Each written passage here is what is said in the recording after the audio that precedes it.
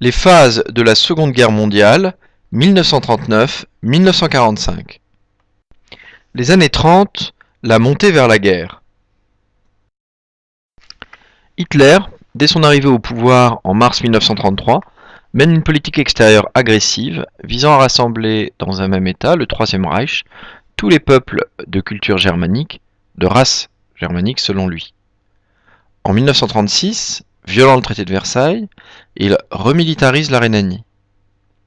Devant le manque des réactions des démocraties, France et Grande-Bretagne le laissent faire, en grande partie à cause de leurs opinions publiques, pacifistes depuis les boucheries de 1914-1918. Il pousse donc son avantage et annexe l'Autriche en mars 1938, c'est l'Anschluss, puis la Tchécoslovaquie en deux temps. D'abord la région des Sudètes, fin 1938, une région où la population est majoritairement allemande, puis la Bohème-Moravie en 1939. C'est l'invasion de la Pologne, le 1er septembre 1939, qui va déclencher la Seconde Guerre mondiale, car cette fois-ci, la France et la Grande-Bretagne, fidèles à leur alliance militaire avec la Pologne, réagissent et déclarent la guerre à l'Allemagne. Les victoires de l'Axe, 1939-1942. L'Allemagne et ses alliés, Italie et Japon, ensemble, leur alliance se nomme l'Axe, vont d'abord voler de victoire en victoire. La Pologne en septembre 1939, la Belgique et la France entre mai et juin 1940, ainsi qu'une liste impressionnante de pays européens, sont tous écrasés après quelques semaines de combat par la tactique allemande dite de guerre éclair ou Blitzkrieg, qui utilise massivement les chars et l'aviation pour rompre les lignes adverses. Fin 1942, l'Allemagne et ses alliés européens contrôlent une grande partie du continent européen et de l'Afrique du Nord. Seule résiste encore la Grande-Bretagne et l'URSS, attaquée en 1941 par Hitler, mais dont une grande partie du territoire est occupée. Dans le Pacifique, le Japon mène une politique d'expansion impériale depuis les années 30.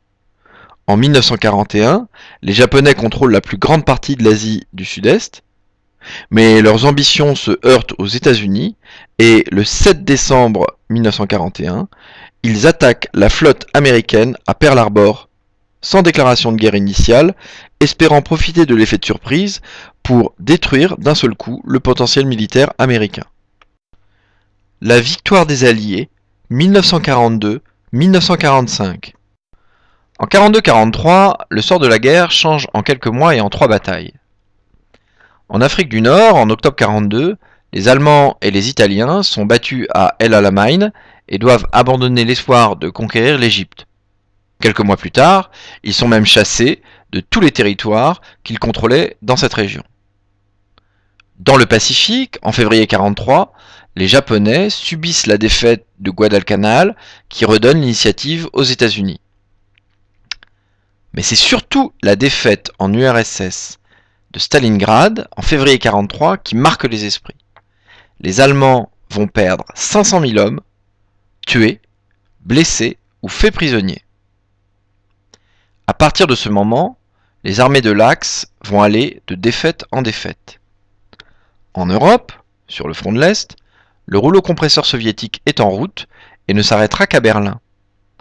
À l'ouest, le débarquement de troupes américaines, britanniques, canadiennes et de quelques Français libres le 6 juin 1944 en Normandie amorce la reconquête.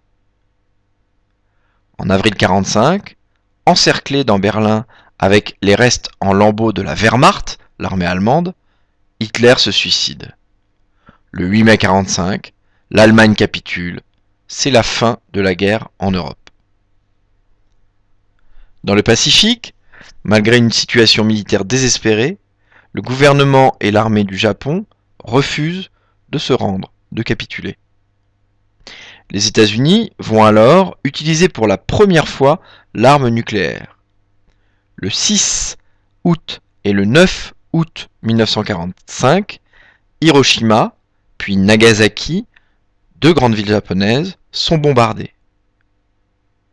L'ampleur des conséquences, 70 000 morts en une seule explosion à Hiroshima, des villes détruites en une fraction de seconde, oblige le gouvernement japonais à capituler le 2 septembre 1945.